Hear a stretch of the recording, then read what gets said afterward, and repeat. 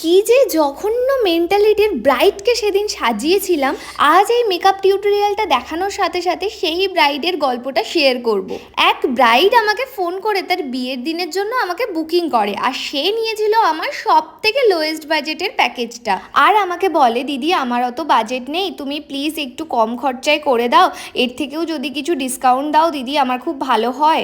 আমি হয়তো ভাবলাম ওদের ফিনান্সিয়াল কন্ডিশন হয়তো খারাপ, তো আমি আরও 1000 টাকা ডিসকাউন্ট দিয়ে ওকে প্যাকেজটা বলি।